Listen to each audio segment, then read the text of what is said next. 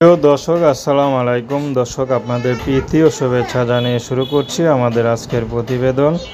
তো দর্শক, আজকে আমরা এক অসহায় মেয়ের গল্প তুলে ধরব, যার নাম হচ্ছে সাদিয়া। সাদিয়ার এখনও বিয়ে শাদী হয়নি, বিয়ে শাদীর কথাবার্তা চললে কি হবে, বিয়ে বারবার ভেঙে যায়। সাদিয়ার পরিবারে মা আছে, ছোট একটা ভাই আছে। তো সাদিয়া বাধ্য হয়ে এখন ইউটিউবে এসেছে এই প্রথম। যদি ভালো একজন মানুষ পায় তাহলে বিয়ে শাদী করবে, যদি তার মনটা ভালো হয়।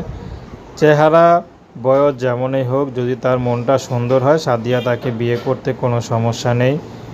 সাদিয়া হতদরিদ্র পরিবারের মেয়ে হলেও দেখতে মাশাআল্লাহ বেশ সুন্দর। সাদিয়া বেশি পড়াশোনা করেনি, 7 পর্যন্ত পড়াশোনা করেছে। ইচ্ছা ছিল আরও পড়াশোনা করার, কিন্তু বাবাটা তাদের রেখে কোথায় চলে যায় কোনো খোঁজ খবর নেই। পরে 5 বছর পর খোঁজ পায় যে তার বাবা বিয়ে করে সংসার করছে। তো সাদিয়ারা মনেই করছিল তার বাবা হয়তো কোথাও মারা গিয়েছে, হয়তো এর জন্য কোনো খোঁজ পায়নি।